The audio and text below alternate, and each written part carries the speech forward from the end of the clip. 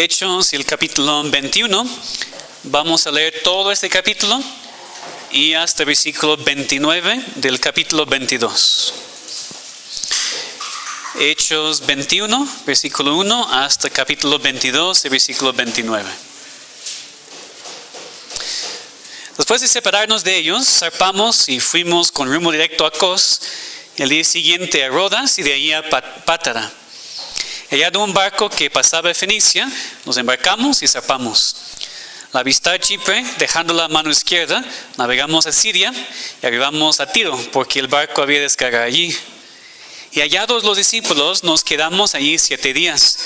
Y ellos decían a Pablo por el Espíritu que no subiese a Jerusalén. Cumplidos aquellos días, salimos, acompañándonos todos con sus mujeres e hijos, hasta fuera de la ciudad, y puestos de rodillas en la playa, oramos. Y abrazándonos los unos a los otros, subimos al barco, ellos se volvieron a sus casas. Y nosotros completamos la navegación, saliendo de Tiro y arribando a Tolimaida, y habiendo saludado a los hermanos, nos quedamos con ellos un día. Al otro día, saliendo Pablo y los que con él estábamos, fuimos a Cesarea. Y entrando en casa de Felipe, el evangelista, que eran los 7, posamos con él. Este tenía 4 hijas doncellas que profetizaban. Y permaneciendo nosotros allí algunos días, descendió de Judea un profeta llamado Ágabo, quien viniendo a vernos, tomó el cinto de Pablo y atándose los pies y las manos, dijo: esto dice el Espíritu Santo. Así atarán los judíos en Jerusalén al varón de quien es este cinto, y le entregarán en manos de los gentiles. Al oír esto, le rogamos nosotros y los de aquel lugar que no subiese a Jerusalén. Entonces Pablo respondió: ¿qué hacéis llorando y quebrantándome el corazón? Porque yo estoy dispuesto no solo a ser atado, mas aún a morir en Jerusalén por el nombre del Señor Jesús. Y como no le pudimos persuadir, desistimos, diciendo: hágase la voluntad del Señor. Después de esos días, hechos ya los preparativos, subimos a Jerusalén. Y vinieron también con nosotros de Cesarea algunos de los discípulos, trayendo consigo a uno llamado Mnasón de Chipre, discípulo antiguo, con quien nos hospedamos. Cuando llegamos a Jerusalén, los hermanos nos recibieron con gozo. Y al día siguiente Pablo entró con nosotros a ver a Jacobo, y se hallaban reunidos todos los ancianos, a los cuales, después de haberles saludado, les contó una por una las cosas que Dios había hecho entre los gentiles por su ministerio. Cuando ellos lo oyeron, glorificaron a Dios y le dijeron: ya ves, hermano, cuántos millares de judíos hay que han creído, y todos son celosos por la ley. Pero se les ha informado en cuanto a ti, que enseñas a todos los judíos que están entre los gentiles a apostatar de Moisés, diciéndoles que no circuncidan a sus hijos ni observan las costumbres. ¿Qué hay pues? La multitud se reunirá de cierto, porque oirán que has venido. Haz pues esto que te decimos. Hay entre nosotros 4 hombres que tienen obligación de cumplir voto. Tómalos contigo, purifícate con ellos y paga sus gastos para que se rasuren la cabeza. Y todos comprenderán que no hay nada de lo que se les informó acerca de ti, sino que tú también andes ordenadamente guardando la ley. Pero en cuanto a los gentiles que han creído, nosotros les hemos escrito determinado que no guarden nada de esto, solamente que se abstengan de los sacrificados ídolos, de sangre, de ahogado y de fornicación. Entonces Pablo tomó consigo a aquellos hombres, y al día siguiente, habiéndose purificado con ellos, entró en el templo para anunciar el cumplimiento de los días de la purificación, cuando había de presentarse la ofrenda por cada uno de ellos. Pero cuando estaban para cumplirse los 7 días, unos judíos de Asia, al verle en el templo, alborotaron a toda multitud y le echaron mano, dando voces: varones israelitas, ayudad. Ese es el hombre que por todas partes enseña a todos contra el pueblo la ley de ese lugar. Y además de esto, ha metido a griegos en el templo y ha profanado ese santo lugar. Porque antes habían visto con él en la ciudad a Trófimo de Éfeso, a quien pensaban que Pablo había metido en el templo. Así que toda la ciudad se conmovió y se agolpó el pueblo. Y apoderándose de Pablo, le arrastraron fuera del templo y inmediatamente cerraron las puertas. Y procurando ellos matarle, se le avisó al tribuno de la compañía que toda la ciudad de Jerusalén estaba alborotada. Y tomando luego soldados y centuriones, corrió a ellos. Y con ellos vieron al tribuno y a los soldados, dejaron de golpear a Pablo. Entonces llegando el tribuno le prendió y le mandó atar con 2 cadenas y preguntó quién era y qué había hecho. Pero entre la multitud unos gritaban una cosa y otros otra, y como no podía entender nada de cierto a causa del alboroto, le mandó llevar a la fortaleza. Al llegar a las gradas, aconteció que llevado en peso por los soldados a causa de la violencia de la multitud, porque la muchedumbre del pueblo venía detrás gritando, ¡muera! Cuando comenzaron a meter a Pablo en la fortaleza, dijo al tribuno, ¿se me permite decirte algo? Y él dijo, ¿sabes griego? ¿No eres tú aquel egipcio que levantó una sedición antes de esos días y sacó al desierto los 4,000 sicarios? Entonces dijo Pablo, yo de cierto soy hombre judío de Tarso, ciudadano de una ciudad no insignificante, Cilicia, pero te ruego que me permitas hablar al pueblo. Y cuando él se lo permitió, Pablo, estando en pie en las gradas, hizo señal con la mano al pueblo. Hecho gran silencio, habló en lengua hebrea, diciendo, varones hermanos y padres, oíd ahora mi defensa ante vosotros. Y al oír que les hablaba en lengua hebrea, guardaron más silencio. Y él les dijo, yo de cierto soy judío, nacido en Tarso de Cilicia, pero criado en esa ciudad, instruido a los pies de Gamaliel, estrictamente conforme a la ley de nuestros padres, celoso de Dios, como lo sois todos vosotros. Perseguía yo este camino hasta la muerte, prendiendo y entregando en cárceles a hombres y mujeres. Como sumo sacerdote también me es testigo, y todos los ancianos, de quienes también recibí cartas para los hermanos. Y fui a Damasco para traer presos a Jerusalén también a los que estuviesen allí, para que fuesen castigados. Pero aconteció que yendo yo, al llegar cerca de Damasco, como a mediodía, de repente me rodeó mucha luz del cielo. Y caí al suelo, y oí una voz que me decía, Saulo, Saulo, ¿por qué me persigues? Y entonces respondí, ¿quién eres, Señor? Y me dijo, yo soy Jesús de Nazaret, a quien tú persigues. Y los que estaban conmigo vieron a la verdad la luz y se espantaron, pero no entendieron la voz del que hablaba conmigo. Y dije, ¿qué haré, Señor? Y el Señor me dijo, levántate y ve a Damasco, y allí se te dirá todo lo que está ordenado que hagas. Y como yo no vi a causa de la gloria de la luz, llevaré la mano por los que estaban conmigo y llegué a Damasco. Entonces uno llamado Ananías, varón piadoso según la ley, que tenía buen testimonio de todos los judíos que allí moraban, vino a mí y acercándose me dijo, hermano Saulo, recibe la vista. Y yo en aquella misma hora recobré la vista y lo miré. Y él dijo, el Dios de nuestros padres te ha escogido para que conozcas su voluntad y veas al justo y oigas la voz de su boca. Porque serás testigo suyo a todos los hombres de lo que has visto y oído. Ahora pues, ¿por qué te detienes? Levántate y bautízate y lava tus pecados, invocando su nombre. Y me aconteció, vuelto a Jerusalén, que orando en el templo me sobrevino un éxtasis. Y le vi que me decía, date prisa y sal prontamente de Jerusalén, porque no recibirán tu testimonio acerca de mí. Yo dije, Señor, ellos saben que yo encarcelaba y azotaba en todas las sinagogas a los que creen en ti. Y cuando se derramaba la sangre de Esteban, tu testigo, yo mismo también estaba presente y consentí en su muerte y guardaba las ropas de los que le mataban. Pero me dijo, ve, porque yo te enviaré lejos a los gentiles. Y le oyeron hasta esta palabra. Entonces alzar la voz diciendo, quita de la tierra a tal hombre, porque no conviene que viva. Y como ellos gritaban y arrojaban sus ropas y lanzaban polvo al aire, mandó el tribuno que le metiese en la fortaleza y ordenó que fuese examinado con azotes para saber por qué causa clamaban así contra él. Pero cuando le ataron con correas, Pablo dijo al centurión que estaba presente, ¿os es lícito azotar a un ciudadano romano sin haber sido condenado? Cuando el centurión oyó esto, fue y dio aviso al tribuno diciendo, ¿qué vas a hacer? Porque este hombre es ciudadano romano. Vino el tribuno y le dijo, dime, ¿eres tú ciudadano romano? Él dijo, sí.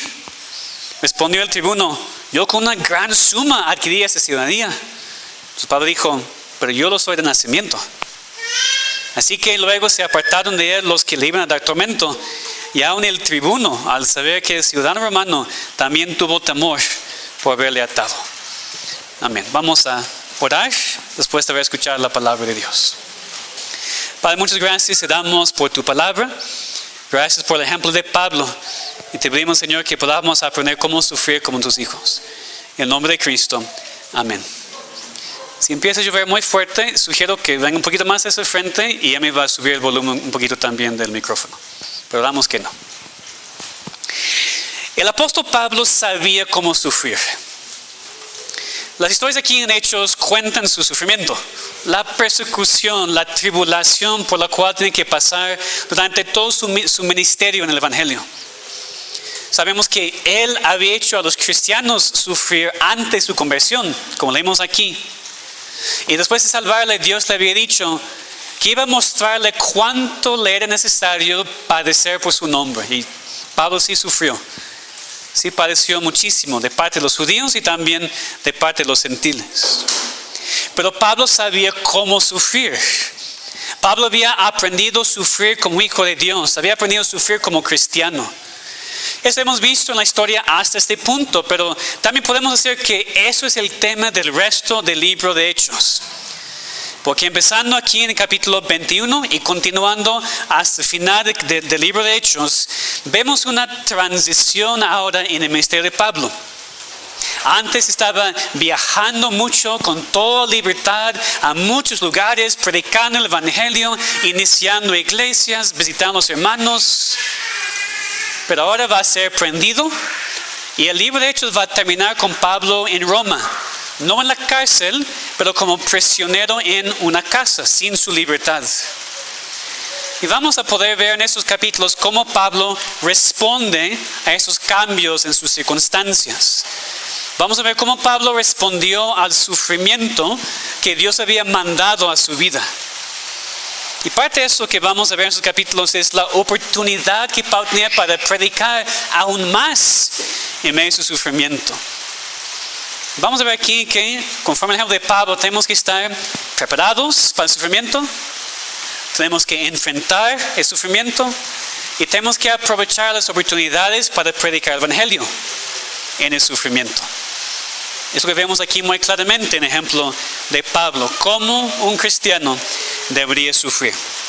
Primero entonces vemos en los primeros 14 versículos del capítulo 21 que tenemos que estar preparados para el sufrimiento. Y vemos esto ante todo en la comunión con otros cristianos que Pablo tenía antes de llegar a Jerusalén y empezar a sufrir allí. En el capítulo anterior, él había estado con los ancianos de la iglesia en Éfeso. Ya vimos su amor para con ellos, su amor para con él. Y vemos eso aún más empezando el capítulo 21. Después de separarnos de ellos, dice. Esta palabra separar tiene la idea de algo muy fuerte. Significa literalmente arrancar. Enfatiza el dolor de la separación.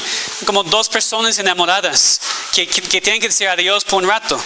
Es decir, el novio o la novia tiene que ir a otro país para trabajar y no se van a ver por meses. La palabra se llama separación, pero es más fuerte. Es la separación. Es como quitar parte de la persona. Arrancar algo de la persona. Esa es la palabra aquí. Pablo había disfrutado esta comunión con sus hermanos muchísimo antes de llegar a Jerusalén y empezar a sufrir. Lo mismo vemos en los primeros versículos. Vemos que estaban en Tiro porque el barco había descargado allí. Versículo 4 dice que hallados los discípulos, nos quedamos allí 7 días. Lo que es interesante es que esta palabra hallados tiene la idea de que tiene que buscar activamente. Pablo vino y no es que vino en su barco y de repente todos los cristianos llegaron para saludarle. Pablo tiene que buscar a los hermanos en esa ciudad y lo hizo porque quería pasar tiempo con ellos. 7 días con ellos y vemos lo que pasó después. En el versículo 5, cuando Pablo tiene que salir otra vez, le acompañaron con sus mujeres, con sus hijos, hasta la playa, hasta la costa, y estaban todos arrodillados y orando juntos. En 7 días habían formado un vínculo muy fuerte. Y entendemos eso, ¿verdad? Porque a veces vamos a otros lugares, otras iglesias, no conocemos a los hermanos, pero hay un vínculo, porque somos uno en Cristo. Inmediatamente disfrutamos esta comunión. Después Pablo y sus compañeros llegaron, dice, a Cesarea, en versículo 8. Estaban con Felipe, el evangelista, dice, era uno de los 7, uno de los primeros diáconos, de los cuales leemos en Hechos 6. Pasó tiempo con él en Cesarea. Allá mencionan Lucas que sus hijos profetizaban. A veces leemos eso y preferimos que no está en la Biblia. No hay problema con eso. Recuerden que todavía estamos en una etapa en donde sí había los dones especiales. Y recuerden también lo que Pedro había profetizado en Hechos 2 cuando predicó en Pentecostés, que el Espíritu iba a ser derramado sobre los hijos y las hijas para que profetizaran. Aquí no dice para nada que ellas ejercían autoridad en la iglesia predicando ante los hombres. Entonces no tenemos que tener ningún problema con eso. Tener el don de la profecía. Está bien, no pasa nada.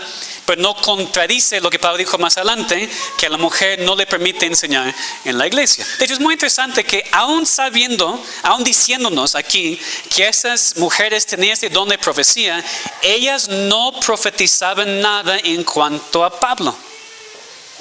Pero Ágabo sí. Vemos aquí en versículo 10.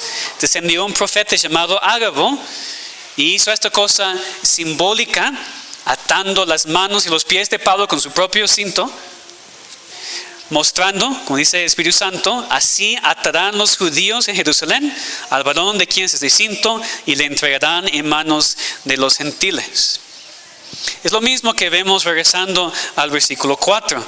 Cuando Pablo estaba ya en Tiro, dice que los discípulos decían a Pablo por el Espíritu que no subiese a Jerusalén. A veces está causado un pequeño problema con las personas de que Pablo debería haber ido a Jerusalén o no. Aquí parece que el Espíritu le dijo que no, pero él fue. Entonces, ¿qué está pasando aquí? Lo que vemos es que desde los capítulos anteriores, especialmente el capítulo 20, vemos que Pablo está muy seguro, porque lo dijo a los ancianos en Éfeso, de que iba a ir a Jerusalén y que iba a sufrir. Pablo lo sabía. Sabemos que Pablo era muy sensible al guía del Espíritu Santo. Recuerdan que antes en otro capítulo, en capítulo 16, por allá, el Espíritu había prohibido a Pablo entrar en Asia. Entonces Pablo no entró. Entonces no deberíamos pensar que Pablo está yendo en contra del Espíritu Santo. Lo que pasó aquí en el versículo 4, cuando decían a Pablo por Espíritu que no subiese a Jerusalén, parece la misma profecía como vemos aquí de Ágabo en el versículo 11. Que el Espíritu estaba mostrando a los discípulos y hacia Pablo que iba a sufrir. Y ellos interpretaron eso como decir, bueno, si vas a sufrir, no vayas. Si vas a morir, entonces mejor no. Pero Pablo dijo muy claramente en versículo 13, yo estoy dispuesto no solo a ser atado, mas aún a morir en Jerusalén por el nombre del Señor Jesús. Entonces el Espíritu sí estaba guiando a Pablo a ir a Jerusalén y vamos a ver todo lo que pasa después en la voluntad de Dios. Nada más que Dios estaba avisando a Pablo todo el tiempo, prepárate porque vas a sufrir. Prepárate porque tal vez vas a morir. Interesante, ¿no? Que los discípulos cuando sabían el Espíritu Santo que Pablo iba a sufrir, le dijeron, pues mejor que tú no vayas. Porque así somos, ¿verdad? No queremos ver a nuestros seres queridos sufrir. Pero a veces es la voluntad de Dios. Y a veces no somos de mucha ayuda, ¿verdad? Porque Dios ha llamado a un hermano en la iglesia o un familiar a sufrir.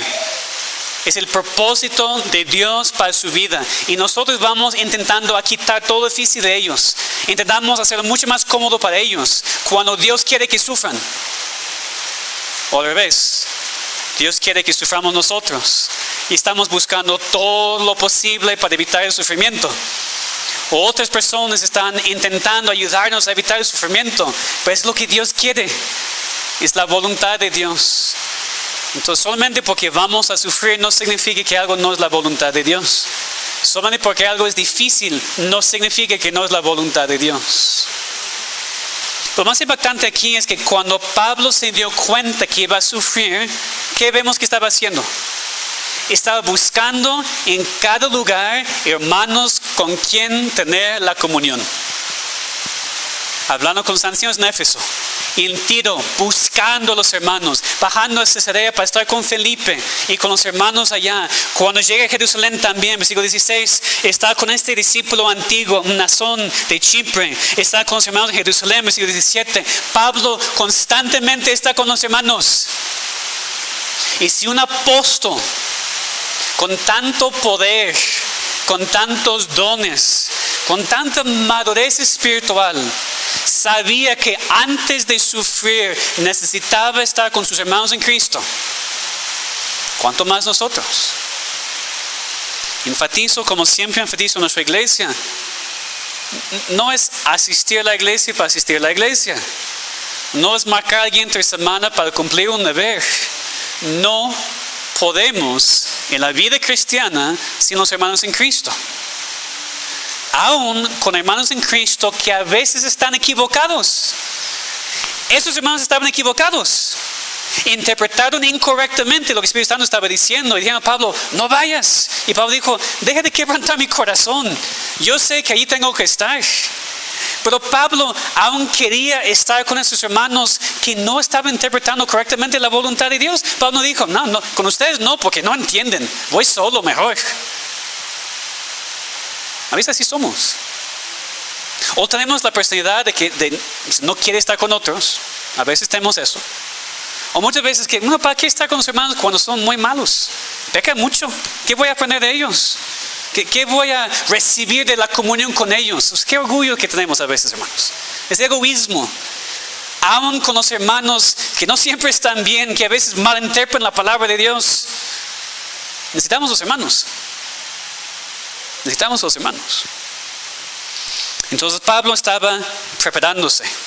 Pablo estaba preparado antes de entrar a Jerusalén para sufrir. Y al final vemos, gracias a Dios, que los hermanos entendían. O si no entendían, por lo menos dijeron lo correcto.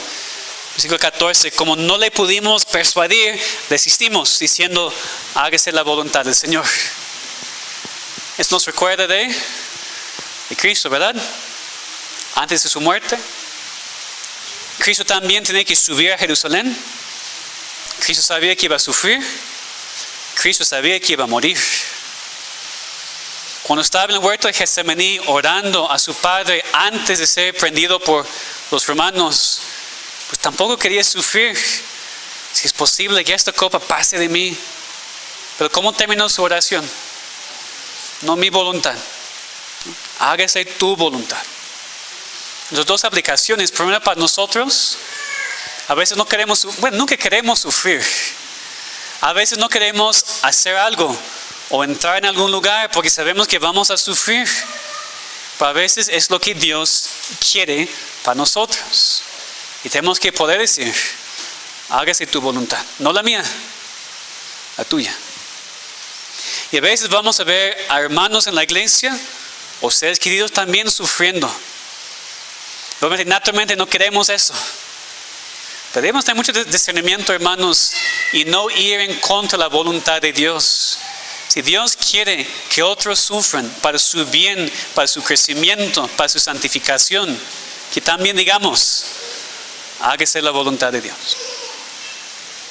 Después vemos cómo enfrentar el sufrimiento. Primero, prepararnos. Después, enfrentar el sufrimiento. Es lo que vemos en casi todo este pasaje, ¿no? Pablo llegó a Jerusalén, se reunió con los hermanos. Dice en el versículo 18 que habló con Jacobo. Recuerden que Jacobo era el medio hermano de Jesús, el pastor allá en Jerusalén. Y también habló Pablo con los ancianos. Ya vimos este presbiterio en el capítulo 15. La palabra correcta es el presbiterio, la reunión de todos los pastores y los ancianos en ese lugar. Y aquí Jacobo de hecho menciona esa reunión cuando habla con Pablo. Y los hermanos allá primero dicen a Pablo, pues gracias a Dios por lo que he hecho en tu vida, en tu ministerio. Empezando en el versículo 20, dice, ya ves hermano, cuántos millares de judíos hay que han creído y todos son celosos por la ley. Pero se les ha informado en cuanto a ti que enseñas a todos los judíos que están entre los gentiles apóstata de Moisés, diciéndoles que no circunciden sus hijos ni observen las costumbres. ¿Qué hay pues? La multitud se reunirá de cierto porque verán que has venido. Haz pues eso que te decimos. Hay entre nosotros 4 hombres que tienen obligación de cumplir voto. Tómalos contigo, purifícate con ellos y paga sus gastos para que se rasuren la cabeza y todos comprenderán que no hay nada de lo que se les informó acerca de ti, sino que tú también andes ordenadamente guardando la ley. Esos cristianos en Jerusalén, judíos ante todo, querían que Pablo mostrara que él no estaba en contra de la ley de Moisés como tal, por medio de participar en esa ceremonia de purificación. Ahora, por un lado, no había nada pecaminoso en su petición. Pablo escribió en 1 Corintios 9, me he hecho a los judíos como judío para ganar a los judíos. A los que están sujetos a la ley, como sujeto a la ley, para ganar a los que están sujetos a la ley. Pablo quería la unidad entre judíos y gentiles. Al mismo tiempo, no es completamente cierto lo que Jacobo dijo aquí, que Pablo podía enseñar que también andaba ordenadamente guardando la ley. Pablo ya no estaba guardando esa parte de la ley ceremonial de Moisés. Entonces parece que la iglesia en Jerusalén puso a Pablo en una mala posición. Porque obviamente Pablo no podía negar la petición. Pablo quería la salvación de los judíos. Pablo quería la unidad de los judíos y los gentiles, todos cristianos en la misma iglesia. Pero aquí la iglesia de Jerusalén debería haber instruido mejor a sus miembros de cómo Cristo ya había cumplido la ley. Y así pudieran haber evitado completamente ese problema. Claro que Jacobo enfatizó en versículo 25 que ellos estaban siguiendo la decisión del concilio de Jerusalén, lo que ellos habían decidido. En cuanto a los gentiles que han creído, nosotros les hemos escrito determinando que no guarden nada de esto, solamente que se abstengan de los sacrificar a los ídolos, de sangre, de ahogado y de fornicación. Esto era correcto. Entonces Pablo cedió. Sabemos cuánto Pablo amó a sus hermanos judíos. Dijo en Romanos 9, verdad digo en Cristo, no miento, y mi conciencia me da testimonio en Espíritu Santo, que tengo gran tristeza y continuo dolor en mi corazón. Porque desearé yo mismo ser anatema, separado de Cristo por amor a mis hermanos, los que son mis parientes según la carne. Pero vemos que aun con todo este intento de no tener problemas con los cristianos judíos, no funcionó. Vemos versículos 26 y 29 que Pablo estaba en el templo cumpliendo este voto, esta purificación, pero algunos judíos de Asia le vieron en el templo y suponían que había traído en el templo a Trófimo de Éfeso, un gentil, un griego. Suponían que también estaba en el templo y por eso empezaron su alboroto. No era la verdad, Pablo no lo había hecho, pero eso es lo que era la acusación. Entonces empiezan su alboroto aquí en sus versículos hasta tanto que quieren matarle. Le prenden, quieren matarle y entonces se le avisan al capitán de los soldados romanos allí en Jerusalén y él viene con los soldados para atar a Pablo, realmente salvar su vida y llevarle al castillo. Y vemos en versículos 34 y 36 lo que está pasando con la multitud. Están gritando una cosa, otra cosa. Versículo 36, que están gritando que muera. Recordarnos de Cristo. Crucifícale, crucifícale, dijo la multitud aquí, que muera, que muera. Pablo habla con el capitán, quien al parecer fue muy sorprendido que Pablo podía hablar griego. No es el egipcio que causó un problema hace tanto tiempo, que no, yo soy griego, soy ciudadano romano, como dice más adelante. Entonces le permite a Pablo hablar con la multitud. Y eso funciona hasta que Pablo dijo que Dios debía mandar a los gentiles. En ese momento ya no querían escuchar más. Empiezan aquí en el capítulo 22 a gritar, a arrojar su ropa, a lanzar polvo al aire. El capitán romano no sabe lo que está pasando, no entiende hebreo muy bien o arameo muy bien. Entonces otra vez empieza a prender a Pablo, a azotarle. ¿Recuerdan cómo es ser azotado por los romanos? Con cuerdas, con vidrio, con piedra muy filosa. A veces las personas morían nada más por ser azotadas. Y por eso Pablo dijo, yo soy ciudadano romano. Ustedes no pueden azotarme, tengo mis derechos. Y era cierto. Interesante, ¿no? Que Pablo sabía sufrir, pero tampoco iba a sufrir si no fuera necesario. Entonces usó esta cosa providencial que Dios había permitido en su vida, que había nacido como ciudadano romano. Entonces es mucho que estamos viendo aquí de manera muy rápida. Pero el punto es que Pablo empezó a sufrir. Y es lo que vamos a ver en el resto del libro también. Ante los judíos, ante los gentiles, siendo prendido, encarcelado, de un cárcel a otro, de un lugar a otro, Pablo empezó a enfrentar el sufrimiento. Lo bueno es que se había preparado de antemano, pero después tiene que sufrir y muy fuertemente. Eso es la verdad también para nosotros. Como dije hoy en el culto, pues no tenemos tiempo para pastores hoy en día que dicen que en la vida cristiana no sufrimos. No es cierto. Nosotros sufrimos, nosotros hemos sido llamados a sufrir.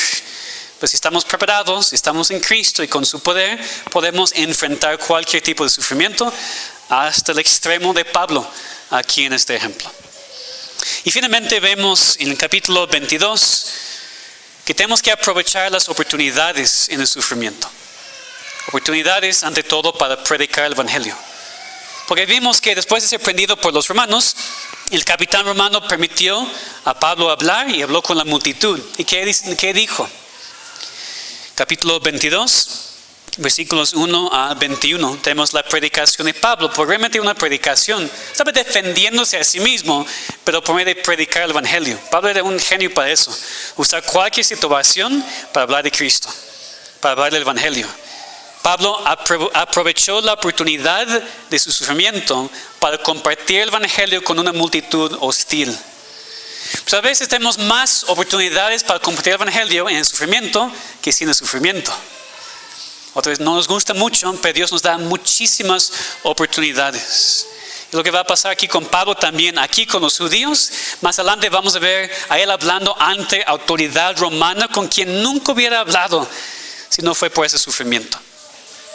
Vemos cómo explicó el evangelio aquí en este pasaje. Primero empezó con su crianza, con su testimonio. Dijo, yo también soy judío, así como ustedes. Yo era muy celoso por la ley de Dios. Yo había estudiado con Gamaliel, no es que fue nada para nosotros, pero un maestro famoso en este tiempo, muy famoso en Jerusalén. Hasta dijo, había perseguido a los cristianos, como ya estudiamos en capítulos 8 y 9 de este libro. Después contó lo que pasó en su conversión en el camino a Damasco, que iba para prender a los cristianos, le rodeó a la luz del cielo, oyó una voz que le decía, Saulo, Saulo, ¿por qué me persigues? Versículos 8 a 10 vemos aquí lo que estudiamos antes. Perdió la visión, Dios le mandó ir, y Dios había hablado con Ananías, un cristiano allá en la ciudad, quien fue usado para restaurar la visión de Pablo y darle un mensaje de Dios.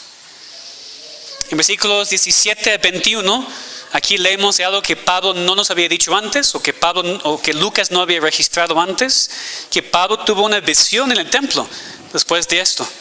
Cuando Dios le dijo, tienes que salir de Jerusalén porque te voy a mandar a los gentiles. Y los judíos, esta multitud, le escucharon hasta esa palabra, como dice aquí Lucas. Le oyeron hasta esta palabra. ¿Cuál palabra? ¿Qué les causó problemas? Gentiles. Pablo dijo que Dios le había dicho, ve porque yo te enviaré lejos a los gentiles. Los judíos dijeron, no, gentiles no, gentiles nunca. Y por eso no querían escuchar más las palabras de Pablo. Y Pablo ya no podía predicar más en este momento. Pero vemos claramente este ejemplo de Pablo, como él aprovechaba la oportunidad para predicar el evangelio, aún en su sufrimiento. Pues nosotros también. A veces es el mejor momento para compartir el evangelio. Cuando tú estás enfermo, cuando tú no puedes levantarte de la cama, cuando tú estás en el hospital, cuando tal vez estás haciendo todo normal en la vida, pero estás sufriendo muchísimo con algo y todos saben lo que está pasando. Te están persiguiendo. Cuando en ese momento tu testimonio todavía es, estoy gozoso porque tengo a Cristo, fortalecido porque estoy en Cristo. Ese testimonio es mucho más fuerte que cuando dices las mismas palabras y no te está pasando nada. Por supuesto estás bien ahora, pero espera hasta que algo te vaya mal. Y cuando las cosas nos vayan mal y somos iguales, no entiendo. Ese testimonio que Dios provee. Y a veces esa es la razón por el sufrimiento, precisamente. Nos preguntamos, ¿verdad? ¿Por qué sufrimos? Hay muchas respuestas a esa pregunta. Pero muchas veces la razón es para poder compartir más el evangelio con otros que no escuchar de otros modos, de otras formas. Tenemos que aprovechar toda oportunidad para predicar el evangelio en nuestro sufrimiento. Y predicar con denuedo. Predicar con valor. Así como vimos en el primer culto. no hablando con engaño, no hablando con motivos impuros, sino predicando la palabra de Dios a esos familiares, a esos amigos, a esos compañeros de trabajo, para que también puedan conocer a Cristo. Entonces aquí vemos que tenemos que estar preparados para el sufrimiento, después enfrentar el sufrimiento y después aprovechar las oportunidades para predicar en el sufrimiento. Entonces, primero que tenemos que hacer aquí, saliendo de aquí, conscientemente prepararnos. Obviamente hay muchas maneras para prepararnos para el sufrimiento, pero conforme a este pasaje, una cosa esencial para prepararte para el sufrimiento que sí va a venir es formar relaciones con nuestros hermanos en Cristo, para que no estemos solos en el momento de la tribulación. Porque sí, Dios siempre está con nosotros, pero Dios usa a su pueblo para consolarnos y animarnos y exhortarnos en el sufrimiento. Y después tenemos que enfrentar el sufrimiento. Aunque no nos gusta sufrir, no podemos huir de lo que Dios ha decretado para nuestras vidas, especialmente sabiendo que Dios siempre hace lo perfecto, lo bueno para nosotros. Porque por supuesto el sufrimiento siempre es difícil. Y a veces es más difícil cuando otros no entienden lo que estamos pasando. Cuando hermanos en la iglesia no entienden, nos dan mal consejo. O a veces son familiares, ¿verdad? Eso es más común. Familiares que dicen que son cristianos, pero cuando tú entras en una prueba te dan el peor consejo posible. ¿Y qué es nuestra tendencia? Pues es mi papá, es mi hermano, es mi tío, quien sea, entonces tal vez debería hacer caso. No debes hacer caso. Como Pablo puedes decir, ¿qué haces quebrantando mi corazón? Yo estoy dispuesto a sufrir hasta morir por Cristo. A veces otra persona no nos ayuda mucho. Oramos que aquí en la iglesia ya entendamos y que estamos sufriendo, que nosotros sepamos cómo responder para ayudar en vez de estorbar. Porque nosotros entendemos que el sufrimiento es una parte esencial de la vida cristiana. Cristo dijo, si alguno viene a mí y no aborrece a su padre, su madre, su mujer, sus hijos, y hermanos y hermanas, aún también su propia vida, no puede ser mi discípulo. El que no lleve su cruz y viene en pos de mí, no puede ser mi discípulo. Por eso Pablo había aprendido, porque dijo en Filipenses 1:21, porque para mí el vivir es Cristo y el morir es ganancia. ¿Por qué tememos la muerte tanto? No tiene poder sobre nosotros. No tiene poder sobre ningún ser querido en Cristo. Morir es ganancia. No podemos vivir en miedo a la muerte, ni miedo de cualquier tipo de sufrimiento. El mundo hoy en día dice otra cosa, ¿verdad? Es muy común hoy en día que todos te digan, tienes que protegerte. No debes hacer nada para hacerte incómodo o lastimarte. Tienes que amarte más. Nos amamos demasiado. Ese no es el problema. El problema con ese consejo es antibíblico. No tienes que amarte más. Tienes que negarte más. Y esos deseos, como dije en el primer culto, a veces cosas buenas. La familia es buena, el trabajo es bueno. Pero nada ni nadie puede tomar el lugar de Cristo. Cristo dijo, si intentamos salvar nuestras vidas, vamos a perderlas. La única manera para guardar la vida, salvar la vida, es perderla. Que tú ya no la controlas, sino Dios. Tenemos que someternos a la voluntad de Dios, aun si significa que vamos a sufrir, aun si vamos a morir. Porque llevar nuestra cruz significa precisamente que estamos dispuestos a morir por Cristo. Entonces, hermanos, que nos preparemos para enfrentar el sufrimiento que va a llegar a nuestras vidas. Formando relaciones con hermanos en Cristo, cultivando nuestra relación con Dios también, aprovechando las oportunidades para predicar el Evangelio en momentos de gran tribulación y sufrimiento. Es lo que Dios nos ha llamado a hacer. Pues no somos todos apóstoles, como Pablo, ni todos pastores o misioneros, pero cada cristiano es llamado a sufrir. Es que nos preparemos, que enfrentemos el sufrimiento y que aprovechemos cada oportunidad para compartir el mensaje de la salvación con otros. Vamos a orar. Padre, muchas gracias te damos por esta parte de tu palabra. Te pedimos, Señor, que nos prepares para sufrir. Sin duda vamos a enfrentar la tribulación estos días, esta semana. Te pedimos que nos prepares, que podamos enfrentar ese sufrimiento como hijos de Dios y que nos des mucha oportunidad para predicar de ti en esos momentos. Prepáranos como iglesia, Señor, también para el sufrimiento que eventualmente va a venir de manera muy fuerte aquí en nuestra ciudad. Te pedimos, Señor, que podamos siempre cultivar esta relación contigo para que estemos preparados para el sufrimiento que tú nos vas a mandar en nuestras vidas. Damos gracias en nombre de Cristo. Amén.